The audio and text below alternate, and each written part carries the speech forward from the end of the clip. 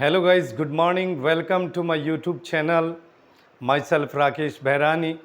Today I will teach you spoken English and बहुत ही easy और बहुत ही आसान स्टेप्स के साथ मैं कई दफ़ा कह चुका हूँ कि जो अंग्रेजी को जो रटते हैं, रट्टा लगाते हैं और ये वो सोचते हैं कि अगर हमने किसी सेंटेंस को रट लिया तो हम अंग्रेजी बोलना सीख जाएंगे। नहीं, ये पूर्णतः एकदम सरासर गलत है।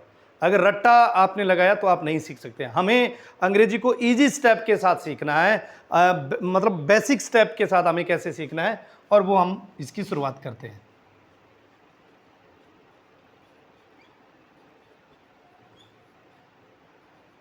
Spoken English, okay.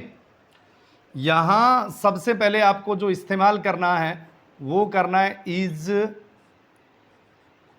एम और आर, तीनों में से कोई भी, plus having, okay. Is, am, are plus having और प्लस लगाएंगे टू, और प्लस आप करेंगे वर्ब की फर्स्ट फॉर्म और उसके बाद में अदर, OTHER। पैटर्न समझ में आ रहा है? पैटर्न क्या है दोबारा बता देता हूं। पैटर्न जो आज के टॉपिक का जो पैटर्न रहेगा, जो स्पोकन का पैटर्न रहेगा, first of all we have to use is, are, am, then we have to use having, then we have to use verb first to, is, are, am, having plus to plus verb first. This is the technique. अब बात करते हैं कि हम is का प्रयोग कहां करेंगे, एम का कहां करेंगे और आर का कहां करेंगे। Is always used with singular subject. Is का प्रयोग हमेशा सिंगुलर सब्जेक्ट के साथ होता है। इसका जो प्रयोग करेंगे वो सिंगुलर सब्जेक्ट के साथ करेंगे।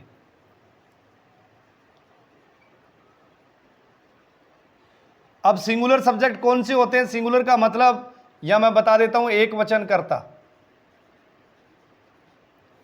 एक वचन कर्ता, एक वचन कर्ता देखिए कौन कौन से होंगे, जैसे सी आ गया, ही आ गया, इट आ गया, या किसी व्यक्ति का नाम आ गया, ओके।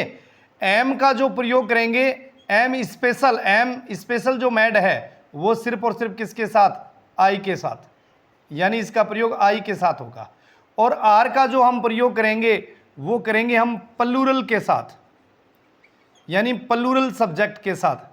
प्लूरल सब्जेक्ट का मतलब, मैं यहाँ थोड़ा सा कंजस्टेड लिख दिया, मैं यहाँ क्लियर कर देता हूँ। और हम आर का प्रयोग करेंगे वो करेंगे प्लूरल सब्जेक्ट के साथ। आप इसको प्लूरल सब्जेक्ट भी कह सकते हैं और आप इसको प्लूरल नाउन भी कह सकते हैं। अब प्लूरल सब्जेक्ट कौन कौन से होंगे? वी, यू, दे। जैसे मैंने बताया था यहाँ नाम, मान लीजिए ही आ गया, सी आ गया, इट आ गया, और जैसे कोई नाम आता है राम, तो ये राम है, वो एक वचन है। जैसे यहां आ गया राम एंड श्याम, तो राम और श्याम है वो बहुवचन बन गया, इसलिए इनके साथ आर आएगा। यानी वी के साथ, यू के साथ, दे के साथ, राम एंड श्याम के साथ आएगा वो हमेशा और हमेशा आर आएगा दोस्तों। और जो इज आएगा वो ही के साथ, सी के साथ, इट के साथ और एनीबॉडी नेम, यानी किसी व्यक्ति के नाम के साथ। जो एम आएगा वो एम ओनली फॉर किसके साथ आएगा? एम जो आएगा वो सिर्फ और सिर्फ आई के साथ आएगा। ये पैटर्न क्लियर हो गया। उसके बाद में हमें यूज हैविंग, टू और वर्ब फर्स्ट का तो प्रयोग करना ही करना है, यानी ये जो प्रयोग है वो कंपलसरी है। प्रयोग तो ये भी कंपलसरी है, प्रयोग तो ये भी कंपलसरी है। जैसे मैंने दे दिया यहां, सबसे पहले मैंने लगाया am plus having plus to और प्लस मैंने यहां लिखा वर्ब की फर्स्ट फॉर्म और प्लस लिखा अदर, ओके। इस पैटर्न पे पहले चल लेते हैं। पहले हम इस पैटर्न की बात करते हैं, औरों की बात हम बाद में करेंगे, ओके। वैसे स्ट्रक्चर तो आपके सामने लिखा हुआ है, is, are, am, spoken English. सबसे पहले सेंटेंस देखिएगा आप,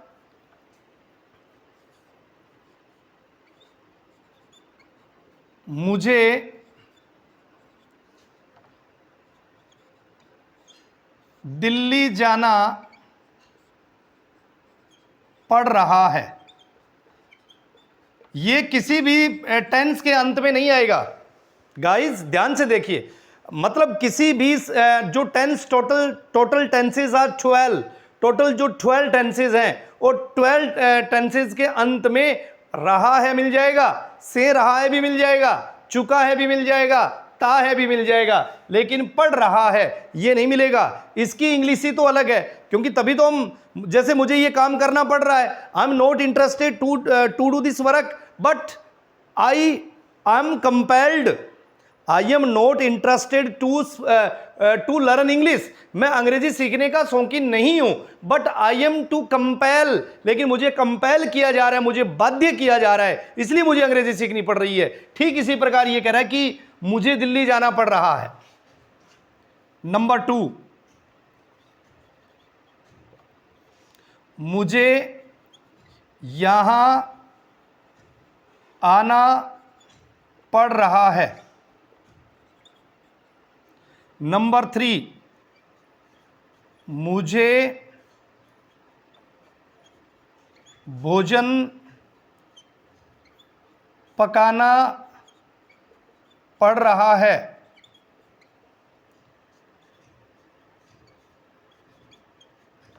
मुझे अंग्रेजी पढ़नी पड़ रही है।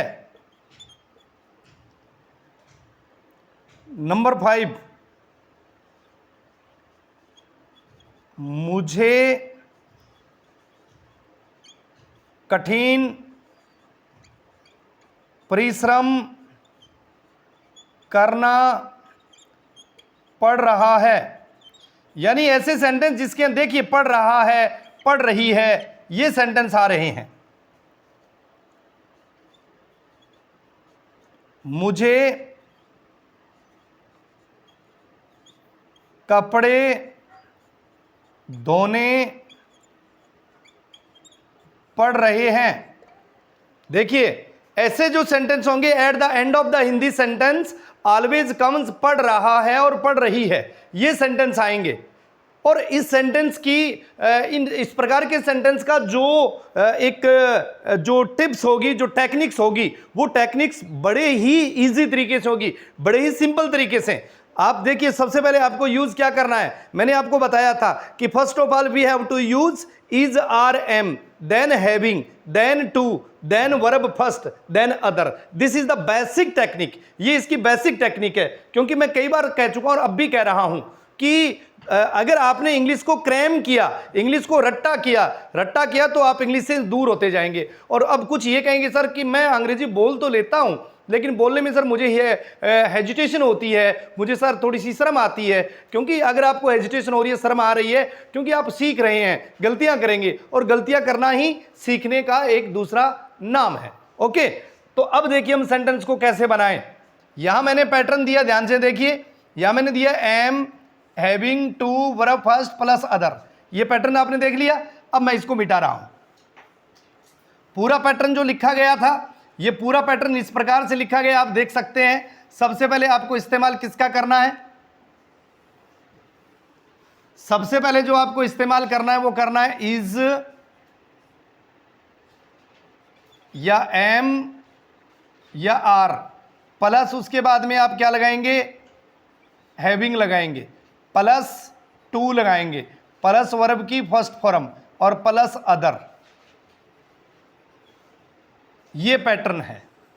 इस पैटर्न के अंदर हमने एक छोटा सा पैटर्न और निकाल लिया। वो छोटा सा पैटर्न हमने क्या निकाला, एम प्लस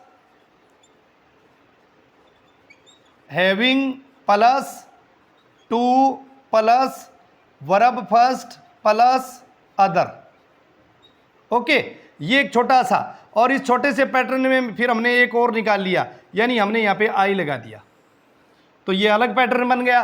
पैटर्न में से हमने छोटा सा पैटर्न चुना है।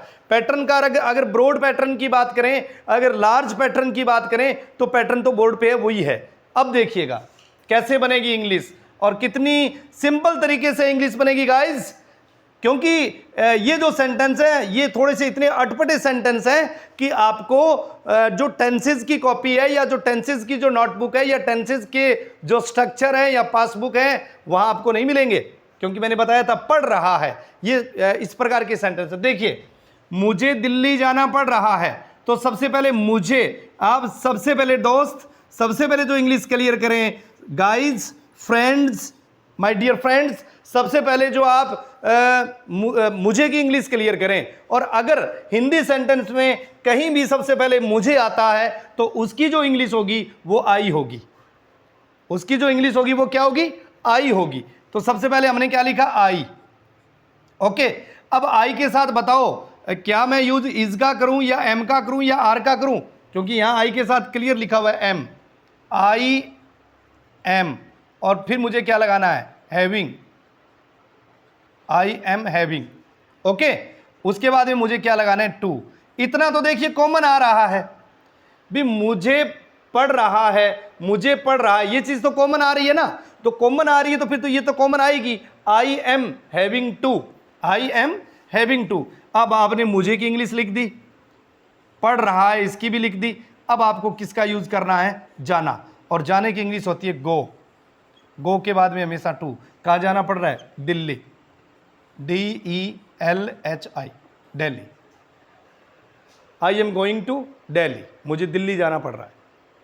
ओके, मुझे पल्लू जाना पड़ रहा है, I am having to, I am having to go to Pallu. मुझे जयपुर जाना पड़ रहा है, I am having to go to Jaipur. Clear.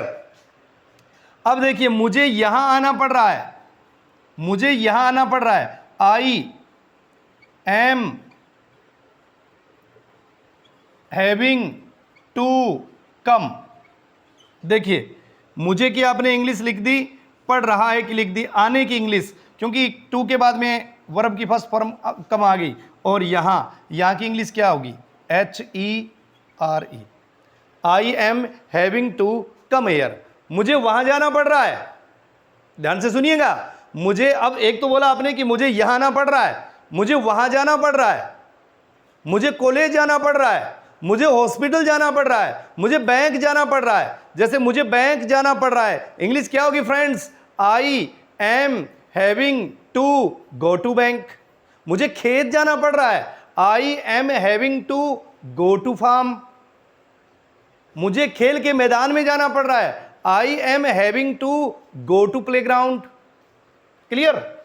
मुझे भोजन पकाना पड़ रहा है, यानी ये कहना चाह रहा है कि I am not interested to cook food, मैं भोजन पकाने का इंटरेस्टेड नहीं हूं, because I am so hungry, मैं बहुत ज्यादा भूखा हूं, और दैट्स वाई, यही कारण है कि मुझे भोजन पकाना पड़ रहा है, मुझे भोजन पकाना पड़ रहा है। तो क्या लिखिए सबसे पहले आप, आई एम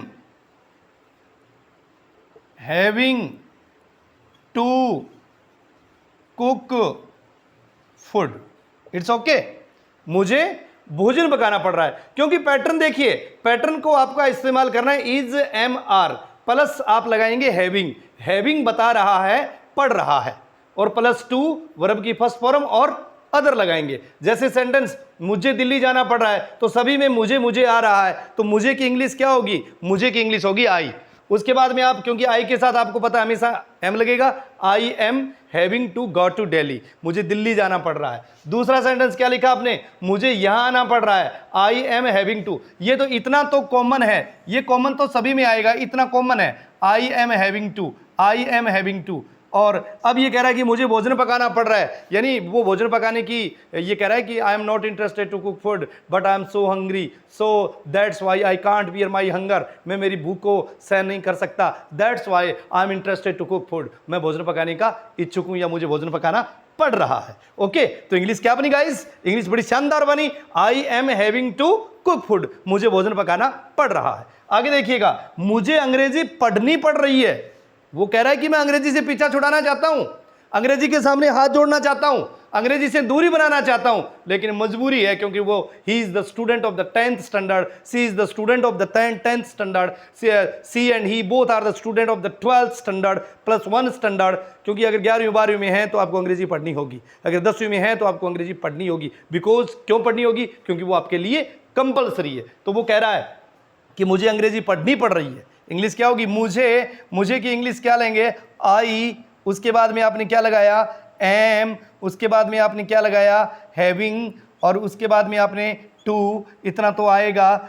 ओके, मुझे की इंग्लिश आपने बना दी पढ़ रही है, क्योंकि ये मैं एक बार पुनः बता दूं, किसी भी टेंस के अंत में पढ़ रहा है, पढ़ रही है, पढ़ रहे हैं, ऐसे सेंटेंस किसी भी टेंस में 12 टेंस में आपको नहीं मिलेंगे। ये जो चीजें मिलेगी वो आपको English with doctor Rakesh Berani के साथ मिलेगी। ये गारंटी है मेरी चीज। ये इस प्रकार के इजी सेंटेंस, बेसिक सेंटेंस, क्योंकि मैं देखिए हर दिन कहता हूं कि जब भी आप YouTube पर स्पोकन इंग्लिश का नया वीडियो देखेंगे, स्पोकन इंग्लिश के ऊपर यानी रोजाना मैं नई टिप्स के साथ, नए रूल और रेगुलेशन के साथ हर दिन आपके लिए मैं नया वीडियो जारी करूंगा। और वो नया वीडियो होगा, मैं दावे के साथ कहता हूं कि वो इंटरेस्टिंग होगा। कोई भी स्टूडेंट, मान लीजिए आज मैंने स्पोकन का ये 15वां वीडियो जारी किया है, अगर कोई स्टूडेंट मेरा 13वां वीडियो निकाल के देखे तो वो पढ़ेगा तो उसमें नए रूल मिलेंगे। अगर कोई स्टूडेंट मेरा 15वां वीडियो निकाल के देखेगा तो उसमें नया मैटर मिलेगा। यही तो क्योंकि डॉक्टर राकेश बेरानी की खासियत है। It's okay. अब देखिए, मुझे कठिन परिश्रम करनी पड़ रही है। मैं कठिन परिश्रम करने का बिल्कुल भी इंटरेस्टेड नहीं हूं। मैं कठिन परिश्रम करने का बिल्कुल भी इंटरेस्टेड नहीं हूं। मुझे क्योंकि थोड़ा देखिए वीडियो तो लंबा जाएगा। क्यों जाएगा? क्योंकि टॉपिक को क्लियर करना है तो थोड़ा लंबा, क्योंकि हम टेस्ट मैच खेल रहे हैं। हो सकता है मैं 20 मिनट से प्लस भी चला जाऊं तो कोई बड़ी बात नहीं है, क्योंकि उसमें आपको मसाला मिलेगा। और अगर आप लॉन्ग वीडियो देखेंगे निश्चित तौर पे मसाला मिलेगा, छोटे वीडियो में आपको मसाला थोड़ा कम मिलेगा। मुझे कठिन परिश्रम करनी पड़ रही है। इंग्लिश क्या आएगी? आई एम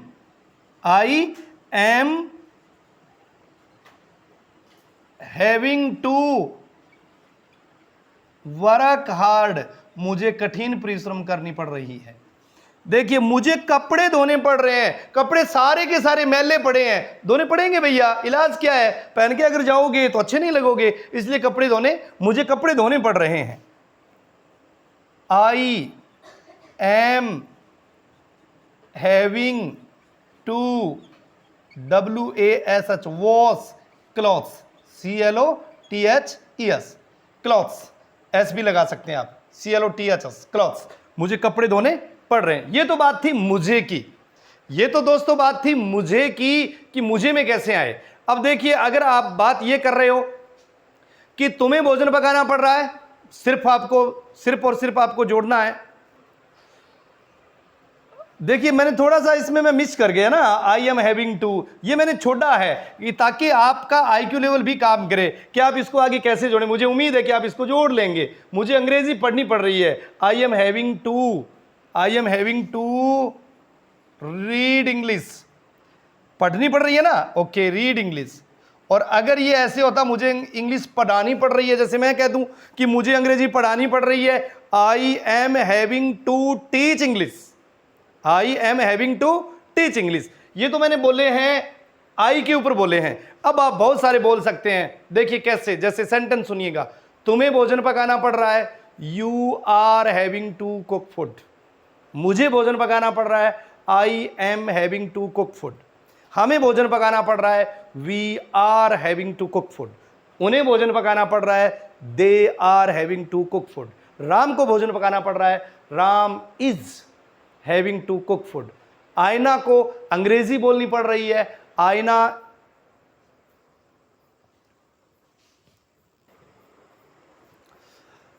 को अंग्रेजी बोलनी पड़ रही है, Aina is having to speak English. Okay, हमें अंग्रेजी बोलनी पड़ रही है, we are having to speak English. उन्हें अंग्रेजी बोलनी पड़ रही है, they are having to speak English. Ram और श्याम को अंग्रेजी बोलनी पड़ रही है, Ram and Shyam are having to speak English. Shyamu को अंग्रेजी बोलनी पड़ रही है, Shyamu is having to speak English. समझ गए?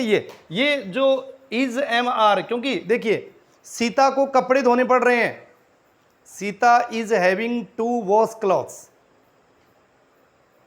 हमें फल खाने पड़ रहे हैं, हमें फल खाने पड़ रहे हैं, we are having to eat fruits.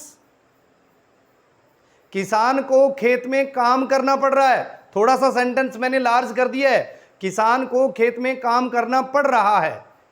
The farmer is having to work in the farm. उम्मीद करता हूं कि ये आज का वीडियो आपको पसंद आएगा। Have a nice day, thank you very much.